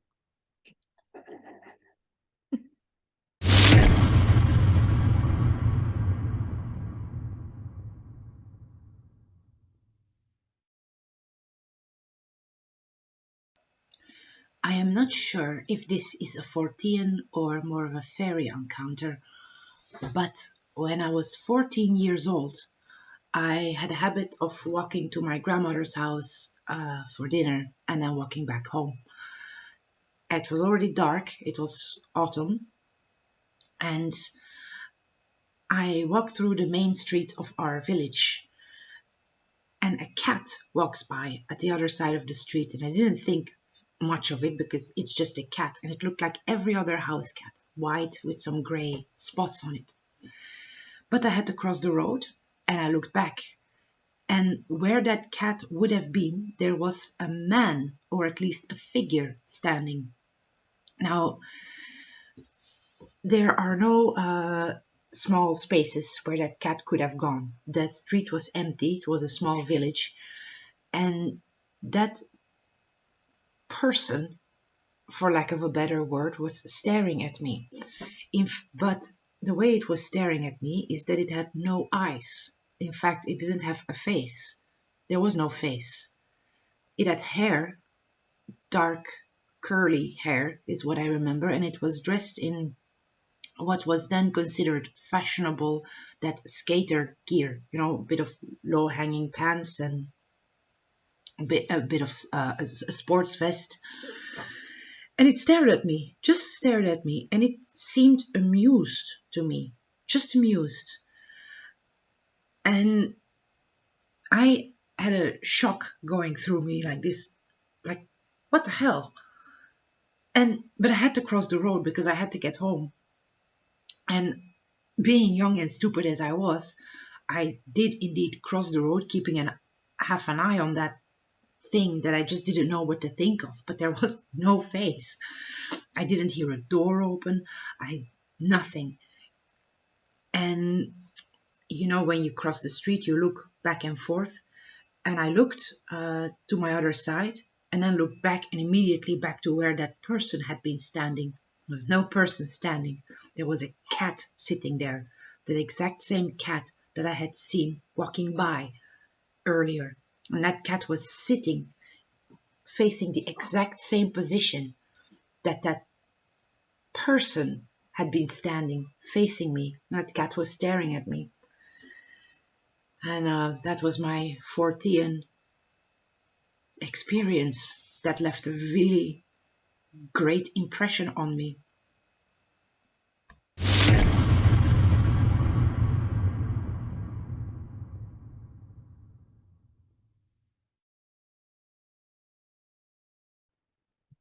And now it's that time again. It's Sara with the psychic hygiene and health report.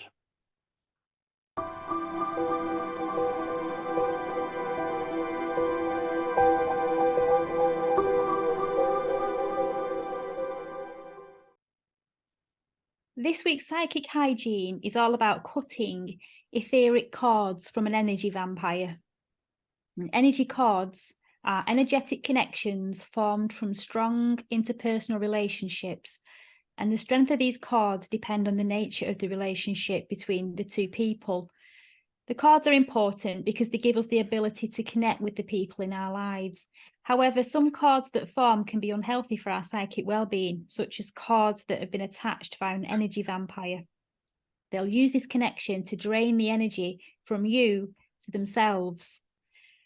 And there's signs that you've been the food of an energy vampire, and these include things like feeling drained after being in their company, or getting annoyed when thinking about them, dreading the next phone call or text message being from them, obsessive thoughts about them, playing out scenarios in your head. And while you're putting all that energy into them, they're taking it from you and lifting themselves up. So a lot of times they don't even realize they're doing it, but that doesn't mitigate the fact that they are. This is when it would be beneficial to cut the psychic cord between yourself and that person. All you need to do is sit in a quiet spot. You can put calming music on, light a candle, an incense stick, whatever it is that you like to use to set the scene for getting yourself into that relaxed alpha state.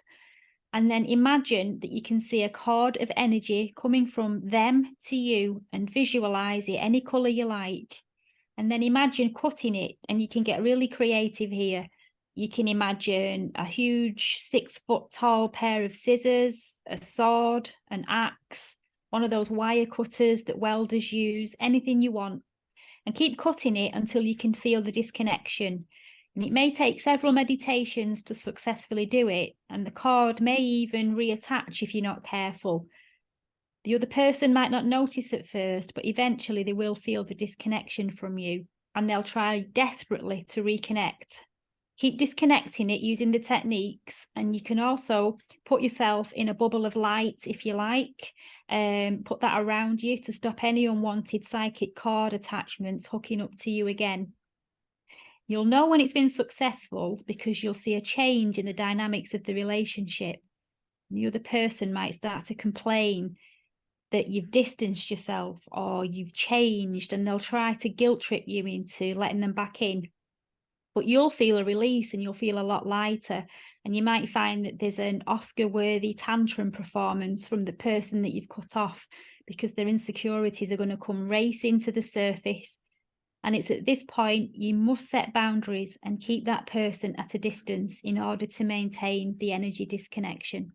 And that's my psychic hygiene tip for this week.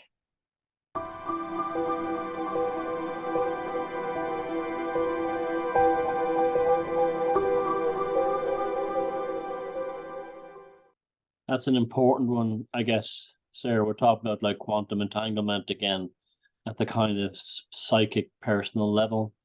I have a friend in Norway called Siv Herstad who wrote a book called Cutting the Cords, and she talks. It's basically a manual just for that the whole. I think she did an audio training course on it too as well. Her name is Siv Herstad, Horestad, Horestad, and the book is called Cutting the Cords. Highly recommended. Yeah, it's a real thing that, and Have you ever had a situation where someone that you're once friendly and close to, but are now a toxic effect in your life? You will find that doing something like blocking them or not answering them or changing your phone number can be the most amazingly healing experience you have. And it's the universe saying to you right there and then, you did the right thing. Get rid of this person. They're not good in your life and they never will be. And they could be a good person, but they're just not right for you. Yeah. They're feeding off your energy and they're lifting themselves up, and then it's you that's suffering, not them. So yeah, you got to be tough, and once you realize the dynamics have changed and that they're an energy vampire, you need to get rid. You need to block, delete, have no contact again. What is it you say? No contact ever again. And another one is the trauma vampire. The person who constantly reminds you of a trauma you had in your life because they're feeding off your suffering. So, for instance, if you went through a bad divorce or something, they'll constantly keep bringing it up, pretending that it's support. When you go through a bad experience, you'll have the trauma vampire will come along, pretending to be arriving under the guise of support, but they keep making you relive it over again and stop you from moving on. And that's a common one. The trauma vampires are actually in some ways far more dangerous than the psychic vampire because they are clandestinely there under you're expecting someone to give you support, but they're actually giving you destruction. I'll give you a classic example. Sorry, I didn't mean to interrupt you, but I'll just give you a classic example. About 8 years ago on Facebook, a woman that was on my friends list, she was posting a picture.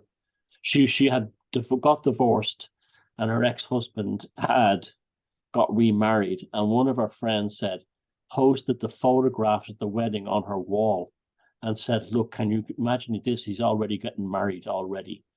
And she did that pretending it was about, we support you against this guy. But reality, you could see right away what she was after. She wanted to hurt her friend under the guise of support. And that's actually how I found out about the psychic, the vampire trauma from that woman, because what she described to me was something I'd seen in other people.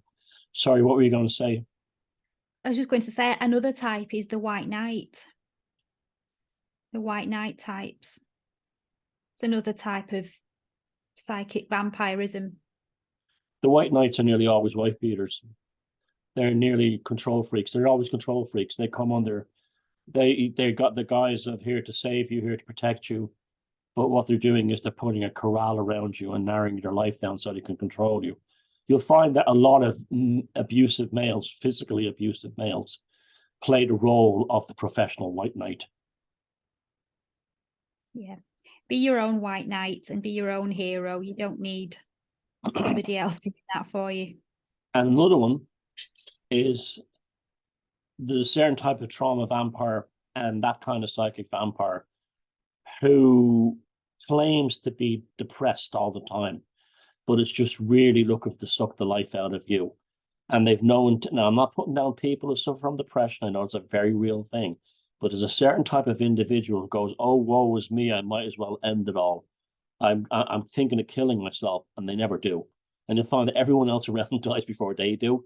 That's another type, because people who commit suicide, it usually comes out of the blue. It's a shock. The ones who constantly talk about, oh, I should end it all, they're another type of psychic vampire you should stay away from. Misery loves company. You just took the words out of my mouth. I was going to say, do you mean the misery love company type? Yeah, I know the type you mean. Yeah. Take the misery away and they've got nothing to talk about and no identity. Yep. And you have to be their rock. And really, it's just a way of sucking you, dragging you to the bottom of the well with them. We've come to the end of the episode. Thanks for watching, and we hope you enjoyed episode 13. Keep sending us your ideas, location reports, and stories. We love to hear from you. It's you that helps make the show what it is.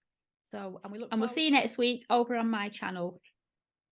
Yes, and just to echo what Sarah said, thanks very much for everybody taking part in the show, especially your comments. Everything is valuable. We're building an archive here for Tiana for the future, and that includes the comments under the video. And there's nothing more for this week's show other than tune in on Sarah's channel next week. And it's up to Sarah right now to pull out a tarot card. This week's tarot of the week is the Devil. And the devil has bat wings and an inverted pentagram on his forehead, and he's standing on a pedestal with a naked man and woman in chains. And both the man and the woman have horns, and the chains make it look like the devil's taken them captive. And the man has a flame on his tail, and the woman has a bowl of grapes. And that symbolizes addiction to power and the finer things in life. And they don't look very happy, because while they allow themselves to be chained to the devil, their individual power has been taken from them, leaving them exposed. But if you look carefully at the card, you'll see they can remove the chains from around the neck at any time, and they're in a psychological bondage and prison. And the card is all about addiction and irrational behaviour and immaturity, all the lower instincts that we all have. And the card's a reminder that by looking inside and acknowledging mistakes and not being chained to them, we can get back on the right path. By learning to tame those lower desires that bring us short-term gratification and jeopardise long-term happiness. So for this week, be aware of forces and situations and behaviours beyond your control, leaving you feeling restricted or trapped. You are in control of your own destiny, and you're not bound by anything other than your own attitude and behaviour. Don't give up and don't give away your power. There's always a way to improve a situation, no matter how hopeless things may appear on the surface. You might feel empty or with a lack of fulfillment about something. You might feel as though you're unable to control your impulses or willpower to direct yourself towards something other than the satisfaction of these desires. You might feel there's something you need and that you've got to have it at all costs, even if that means going against what you know to be right to get it. It's a good card to pull because it's a reminder that in order to break free from these negative patterns, you need to know that they're there in the first place and recognise the hold that they've got over you. That is what acknowledging the devil inside is all about. The devil inside, such as revenge and bitterness and addiction and jealousy, and it's in us all. We all feel these things many times during life, but to truly master them and to truly master the self, we have to learn to tame them and not let them rule us. It doesn't matter, it doesn't happen overnight, and it's an ongoing process. So this week, be mindful of your devil inside and don't let it rule your mind. It doesn't need exercising. That'll only make it stronger. It just needs acknowledging, taming, and learning from it. The devil's turned up in the cards this week as a friendly reminder of that. We're caught in a trap. I can't walk out because I love you too much, baby. Yeah, this is Hocus Pocus Elvis here. And what Miss Sarah said is so true, so true. Don't get caught up in the devil's addictions. Elvis always walked away from the devil, but never devil woman. That Priscilla Ballou, she's holding vindication against me. She is the devil card. Even though Elvis is in heaven, he's here. Remember, Elvis had problems with addictions too. Yes, he did. Elvis had addiction problems too, but he overcame them. And you all love the Elvis today. You all love the Elvis today. So this is Folky and Hocus Pocus Elvis telling you, listen to what Miss Jane said. We're caught in a trap. I can't walk out because I love you too much. I'm going back to heaven now. I'm going back.